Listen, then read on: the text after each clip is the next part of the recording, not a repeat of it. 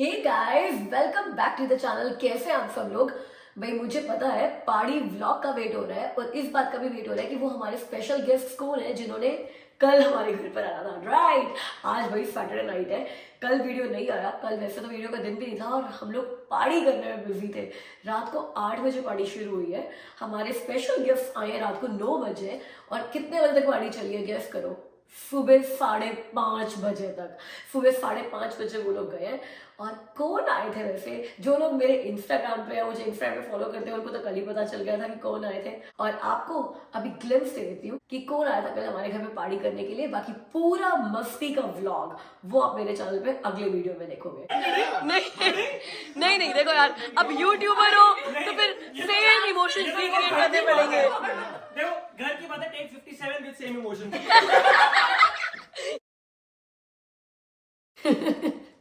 Yes, Priyanshu Kirat आए थे कल हमारे घर पे पार्टी करने के लिए और हमने सुबह 5:30 बजे तक बहुत मस्ती मारी है, बहुत मस्ती मारी है। 5:30 वो लोग गए हैं और बाकी जो पार्टी गेस्ट थे वो हमारे घर पे ही सोए थे। कल रात को नहीं, आज सुबह। तो हम लोग जब सुबह उठे ना, सुबह तो बोलना ही नहीं चाहिए, उठे 1 या 2 बजे की बात है जब हम लोग उठकर सारे लोग गप्पे मार रहे थे टेबल पे आसपास बैठकर और बात शुरू हो गई कि कनाडा के बारे में आजकल सोशल मीडिया पे इतनी ज्यादा नेगेटिव पब्लिसिटी क्यों हो रही है। मुझे तो आप लोगों के बहुत सारे मैसेजेस आ ही रहे हैं वैसे भी, लेकिन सभी को अपने किसी न किसी रिलेटिव के, फ्रेंड के, कजन के मैसेजेस आ रहे थे कि भाई आजकल कनाडा में चल क्या रहा है, if advice to come to Canada. तो नए नए स्ट्रगल्स जो ऐड हुए हैं ना कनाडा की लिस्ट में, स्ट्रगल्स की लिस्ट में, आपको उनके बारे में बताते हैं। और जो मेरे फ्रेंड्स हैं वो इस सोशल मीडिया की पब्लिसिटी के बारे में और कनाडा के स्ट्रगल्स के बारे में क्या सोचते हैं, आपको उनका पॉइंट ऑफ व्यू बताते हैं। गाइस, लोग हमें कहते हैं कि तुम कनाडा में रहकर इंडिया को मिस नहीं करते हो, इंडिया के फेस्टिवल्स मिस नहीं करते हो, महल्ले की बातें मिस नहीं करते हो। ये देखो महल्ला हमने यहीं पे बना रखा है। सारे महल्ले वासी आज एक ही इकट्ठे सो रहे हैं एक बेसमेंट में, नीचे अपने गद्दे लगा लिए। मैं कहती हूँ गारंटीड अब इंडिया में भी ऐसा कोई नहीं करता होगा। शादियां होती है ना इंडिया में, लोग होटल बुक करते हैं कि कमरा पकड़ा देते हैं अपने रिश्तेदारों को। मुझे बिल्कुल ऐसा लग रहा है कलेमी की बारात आनी है, शादी वाला घर है हमारा और गद्दे डालकर मैं बराती सब नीचे बुला के। बराती नहीं, घराती हुए, घराती घर वाले काम कर करके थक गए हैं। बाप को नींद ही नहीं आ रही है। कल बेटी चली जाएगी। नहीं, बाराती गेट पे आएंगे और बेटी बोलेगी क्या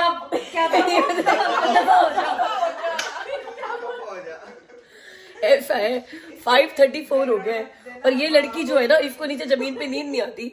ये आधे घंटे से ना अपना तकिया और अपना रजाई लेकर खड़ी हुई है, कह रही है गप्पे तो नहीं मारोगे ना मेरे बिना, गप्पे तो नहीं मारोगे। अगर गप्पे मारने तो मैं नहीं जा रही। तो ये ऐसी खड़ी रहेगी, तो ये ऐसी खड़ी रहेगी। नहीं, पर मेरी जगह है, मन हुआ तो यहाँ सो सकती हूँ। गाइस, हमारी ना गप्पे चल रही है पिछले 3 घंटे से और टॉपिक आ गया क्योंकि अभी एक और इंस्टाग्राम पे मुझे मैसेज आया कि हमारी पीआर जर्नी स्टार्ट हो चुकी है कनाडा की, मगर अब हम बड़े कंफ्यूज है कनाडा आए या ना आए, बिकॉज सोशल मीडिया पे कनाडा के लिए इतनी ज्यादा नेगेटिव पब्लिसिटी चल रही है। मतलब मेरे को लगता है हर 3 महीने के बाद एक वीडियो इस टॉपिक के ऊपर बनाना पड़ेगा, बिकॉज 3 महीने के बाद लोग भूल जाते हैं कनाडा कैसा है, कनाडा में क्या चल रहा है, या उनको लगता है कनाडा इतनी फास्ट पेसिंग कंट्री है कि हर 3 महीने में यहाँ की इकोनॉमी या हालात, इन्फ्लेशन सब कुछ बदल जाता है। तो मेरे पॉइंट ऑफ व्यू वही मैं बोलूँगी, बहुत बार सुने हैं, बट ना अगर यहाँ पे table round the table discussion चली रही है तो मुझे लगा इन लोगों से पूछते हैं ये क्या कहेंगे, क्योंकि ये एक कमेंट नहीं आया है। पिछले 1 हफ्ते में मुझे मिनिमम 8 या 9 कमेंट्स आ चुके हैं कि हमारा पीआर आ चुका है या हमारा पीआर आने वाला है या हम स्टूडेंट वीजा लगवा रहे हैं, मगर अब कंफ्यूज हो गए कनाडा आए या ना आए। तो इन लोगों से पूछते हैं ये लोग क्या कहते हैं। अविनाश ने भी इतनी अच्छी बात कही ना, तो मुझे लगा कैमरा अभी के भी ऑन होना चाहिए। मतलब कंगी भी नहीं करके आई, कंगी तो मैं वैसे भी नहीं करती हूँ, छोड़ो। मतलब मेकअप भी नहीं करके आई, कुछ भी नहीं करके आई, कपड़े चेंज नहीं करके आई, मेकअप तो मैं वैसे भी नहीं करती हूँ, छोड़ो। लेकिन व्यूज लगता है। तो जैसे है ना, हम लोग अभी सो के ही उठे हैं, नाश्ता किया है हमने, नेचुरल ब्यूटी है सारी। हाँ, तो बस जैसे है थोड़ा सा कैजुअल डिस्कशन करेंगे, लेकिन कैजुअली तो पूछा आप लोगों ने यार मुझसे कि भाई आए कि ना आए, तो कैजुअल लोग कैजुअल मूड में क्या कैजुअल आपको सजेशन देते हैं, एडवाइस देते हैं, वो पूछते हैं, ठीक है। तो अविनाश क्या बोला था आपने अभी कि क्यों लोग इतने कंफ्यूज हो जाते हैं हर 3-4 महीने के बाद और इतनी नेगेटिव पब्लिसिटी क्यों हो रही है अभी कनाडा के लिए, ये बताओ। मुझे ऐसा लगता है कि लोगों को ना स्ट्रगल करने की या तो आदत नहीं है या तो उन्हें स्ट्रगल करना ही नहीं है। उन्हें ऐसा है कि बस कनाडा आ जाएंगे और लाइफ में ऐश ही ऐश है। ऐसा नहीं होता। जितना मैंने लोगों से बात किया है इंडिया में और यहाँ पर भी, ऐसा कनाडा आने का कोई सही टाइम ऐसा है नहीं, ठीक है। If you are ready to struggle, कहीं पे भी जाओगे आपको स्ट्रगल तो इनिशियली तो करना ही पड़ेगा, चाहे वो समर हो, फॉल हो, विंटर हो, चाहे कनाडा में जाओ या दुबई जाओ या कोई और, अरे इंडिया में एक स्टेट से दूसरे स्टेट भी चले जाओ, स्ट्रगल तो करना ही पड़ेगा। फिर आप यही सोच के बैठोगे कि नहीं मुझे स्ट्रगल नहीं करना, इसलिए मैं आई विल वेट कि कौन सा टाइम सही है मैं तब जाऊं, तो ये तो पॉसिबल नहीं है मेरे साथ। मैं ना अभी इसी पॉइंट को एड्रेस करूंगी कि कनाडा के बारे में सोशल मीडिया पे इतनी नेगेटिव पब्लिसिटी क्यों हो रही है, कौन लोग कर रहे हैं। जो लोग कनाडा में पिछले 1-1.5 साल में आए ना, वही लोग इतनी नेगेटिव पब्लिसिटी कर रहे हैं, क्योंकि वो लोग आए किनको देखकर थे, वो उन लोगों को देखकर आए थे जिनको कनाडा में 5 साल 6 साल हो गए हैं, कनाडा में वेल सेटल्ड जॉब्स ले लिए, अच्छे घर ले लिए और अब अपनी लाइफ को एंजॉय कर रहे हैं। उनकी लाइफ को देखकर ना बाकी कंट्री में बैठे हुए लोगों को लगता है कनाडा में तो बहुत मजे हैं, बड़े बड़े घर हैं, घूमने फिरने के लिए हर वीकेंड पे इतनी सारी जगहें हैं और डॉलर्स भी कमाते हैं, राइट। तो हम लोग कनाडा जाएंगे तो हमारी यही लाइफ हो जाएगी। भाई ऐसी बात है, उन सारे इमिग्रेंट्स ने जो शुरू के 2-3 साल थे ना स्ट्रगल के, जब वो बेसमेंट में रहते थे, पब्लिक ट्रांसपोर्ट पे $3-3 खर्च करके 2-2 घंटे लगाकर आधे घंटे के ट्रैवल को करते थे, और मतलब जब वो इतनी तंगी में रहते थे, वो वाला टाइम ना उन लोगों ने सोशल मीडिया पे दिखाया नहीं। तो वो वाला टाइम किसी को पता नहीं है। हर बंदे ने अपने स्ट्रगल का फेस देखा है, हम लोगों ने देखा है, विभूति अविनाश ने देखा है, आरती और प्रतीक ने पक्का देखा होगा, और मेरे को लगता है प्रतीक का तो चल रहा है अभी स्ट्रगल का फेस, क्योंकि उसको इतना टाइम हुआ नहीं है आए हुए को, राइट। तो वो वाला फेस आप लोगों ने देखा नहीं, तो आप एक बहुत ही बड़ी एक्सपेक्टेशन के साथ आते हो, और पिछले 1 साल में कनाडा में इन्फ्लेशन हो गया है, महंगाई हो गई है, जॉब्स कम हो गई है, तो लाइफ इतनी लुक्रेटिव बची नहीं है न्यू इमिग्रेंट्स के लिए भी। मैं कहूंगी जब हम लोग 2018 में आए थे, शायद हम लोगों ने उतना स्ट्रगल नहीं किया होगा जितना जो 2023 में न्यू इमिग्रेंट आ रहा है ना, वो कर रहा है, क्योंकि सिचुएशन हर जगह बुरी हो चुकी है। तो उनको लगता है कनाडा में तो कुछ भी नहीं था। दूसरी बड़ी चीज जो नेगेटिव पब्लिसिटी नए इमिग्रेंट्स कर रहे हैं, या फिर ठीक है यार मैं बोलूंगी, अब नए इमिग्रेंट्स को मैं टैग नहीं करती, प्लीज बुरा मत मानना, नए इमिग्रेंट्स के फ्लो में चलते हुए उनके साथ रिलेट करने के लिए या सेम टाइप का कंटेंट बनाने के लिए जो थोड़े से पुराने लोग हैं कनाडा में, वो भी अगर नेगेटिव पब्लिसिटी कर रहे हैं, मैं नेगेटिव पब्लिसिटी नहीं कर रही हूँ, मैं सिर्फ फैक्ट्स बता रही हूँ, वो ये है कि जो लोग स्टूडेंट्स हैं लाखों रुपया खर्च करके फीस वगैरह का यहाँ पर आते हैं, ऑन एन एवरेज डिग्री करने के लिए 25 से 30 लाख लगा देते हो, यहाँ पर डिप्लोमा करने के लिए भी आते हो, या एक सेमेस्टर की फीस भी भरते हो, फिर भी मुझे लगता है 10 लाख रुपए तो मिनिमम लोग खर्च करके आते हैं। इसके अलावा जो इन्वेस्टर वीजा या बिजनेस वीजा लेकर आते हैं, I don't even want to say the मतलब कितना फिगर वो खर्च करके आते हैं। मुझे ब्रैम्पटन मीटअप में ऐसे 2 लोग मिले जो इन्वेस्टर वीजा पे बिजनेस वीजा पर आए हैं, 70 लाख रुपए से 1 करोड़ रुपया खर्च करके आए हैं वो कनाडा में पेपर वर्क पर और बाकी सारी फॉर्मेलिटीज में। इंडिया में 1 करोड़ रुपए, जैसा अविनाश ने भी बोला कि मैं बैंक में भी डाल दूंगा ना तो मुझे इतना इंटरेस्ट आ जाएगा कि जॉब करने की जरूरत नहीं है और मैं आराम से लाविश लाइफ जी सकता हूँ इंडिया में।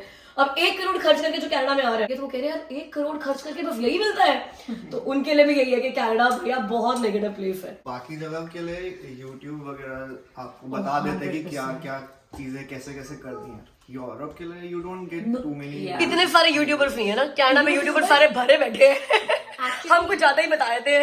यूट्यूबर्स है ही नहीं, बिकॉज यूरोप के लिए जो भी व्लॉगिंग कर रहे हैं ना, they only doing touristy stuff, they are not showing real life. So as an Indian or like from any part of India, if you go to Europe and you have to stay there, आप सोचते रह जाओगे कि भाई आटा कहाँ से ले। वो पूरे सिटी में, जितना बड़ा सिटी है उसमें एक दुकान मिलेगी आपको, एंड आप उतना जाओगे, चल के आओगे, गाड़ी ले नहीं सकते। It's very difficult on the other side of the world. Canada जितना लगता है ना स्ट्रगल है, नो, कनाडा में जो जितना बड़ा आपको घर मिल रहा है ना, बस यूरोप में ना उसको लिटरली 3 टाइम्स काट दो, उतने छोटे में आप रहोगे। लाइक हम लोग 250 स्क्वायर फीट में पूरे 3 साल। पहले तो ये बताओ रहते कहाँ थे तुम, ये तो लोगों को पता ही नहीं है अभी।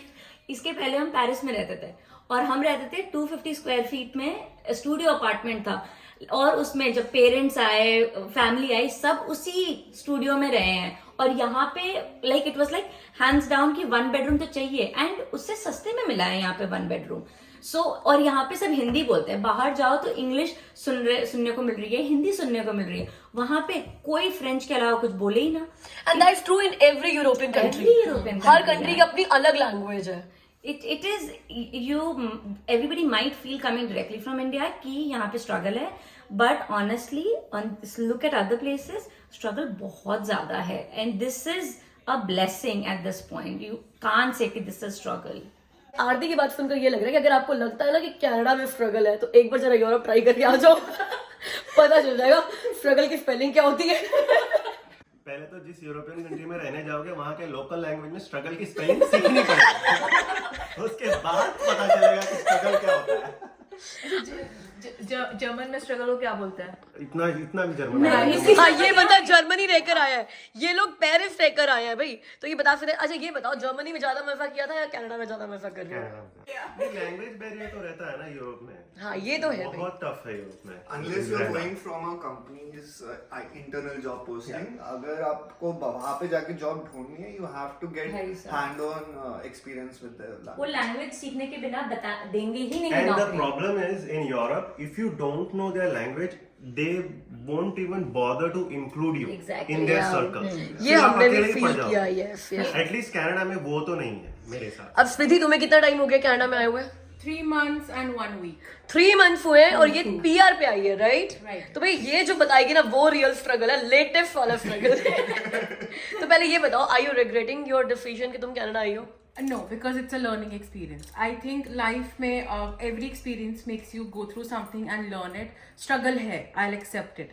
But it's like, are you up for that struggle? क्या आप वो उतनी हिम्मत रखते हो? और ऐसा नहीं कि रोना नहीं आता, रोना आता है। कई बार बस मिस कर दोगे, कई बार गलत जगह चले जाओगे, आपको पता नहीं होगा, रास्ते नहीं पता लगेंगे, कई बार इंटरव्यू होगी मिस कर दोगे, कई बार मतलब बहुत डे टू डे स्ट्रगल आती है। पहले ये भी नहीं पता होता कि सामान कहाँ से लेना है। थैंकफुली यूट्यूबर्स हैं कि थोड़ा आइडिया हमें पहले से होता है, because we watch and they help us out.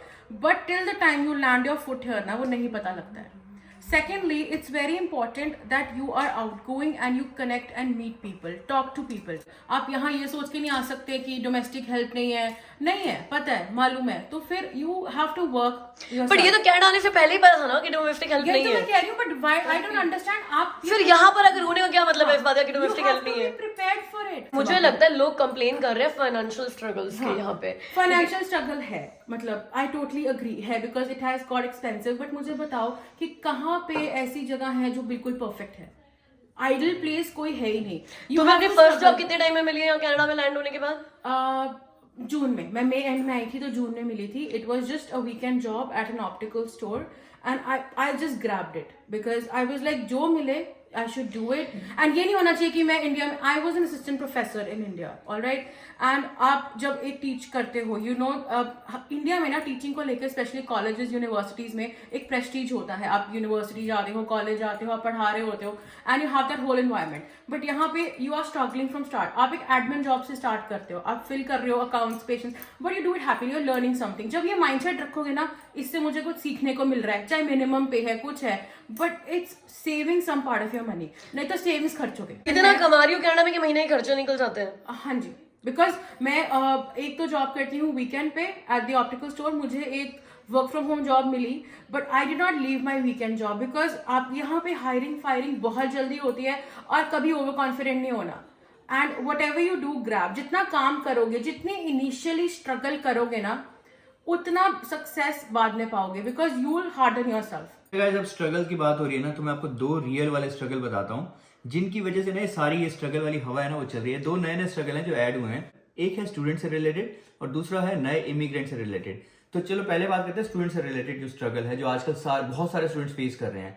November 2022 last year एक अनाउंसमेंट हुई थी ना, जिसमें उन्होंने बोला था कि जो भी स्टूडेंट्स हैं temporarily they can work for more than 20 hours. तो स्टूडेंट्स लीगली 40 आवर्स काम कर सकते थे।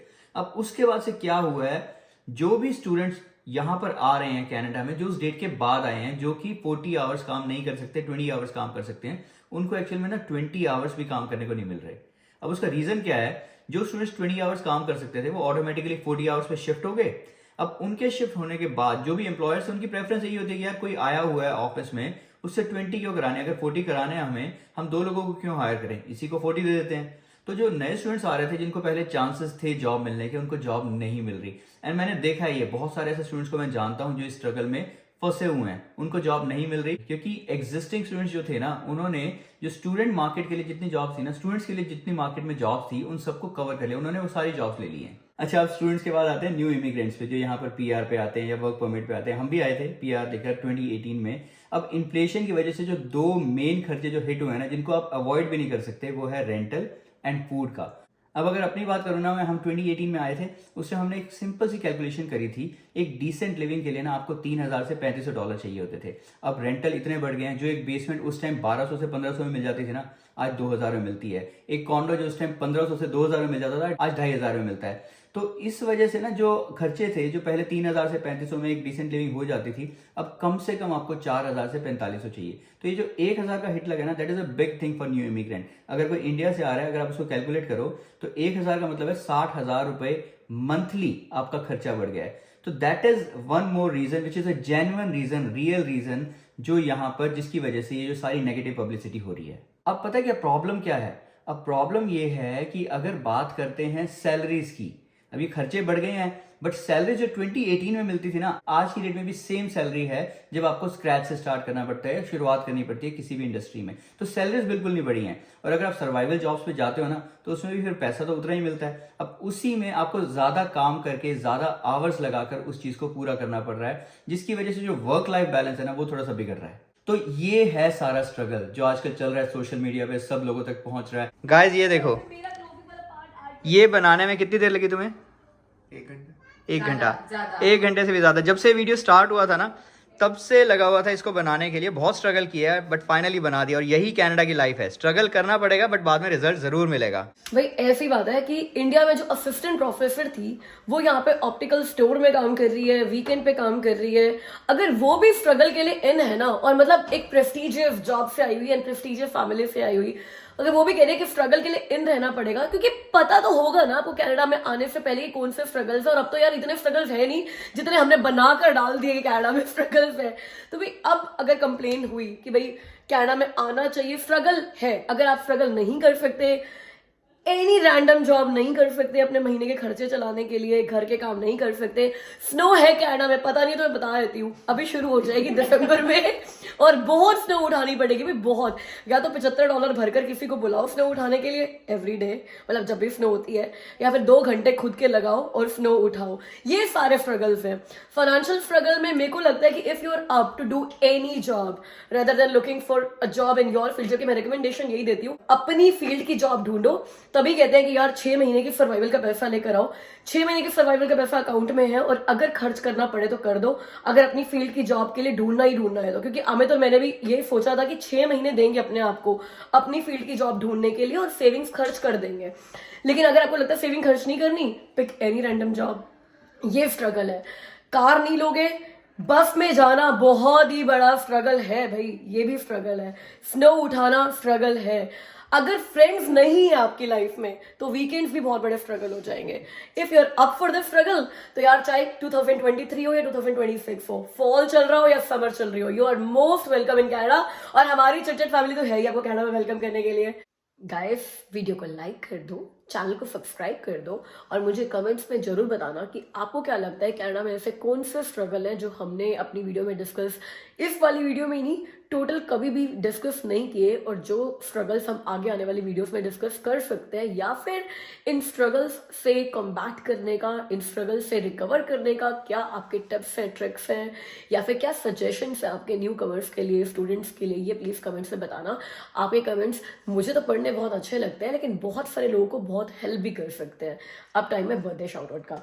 तो सितंबर 8 को बर्थडे था निशांत भाटिया की मॉम कमलेश भाटिया जी का। कमलेश भाटिया जी हिसार से है, मेरे होम टाउन से।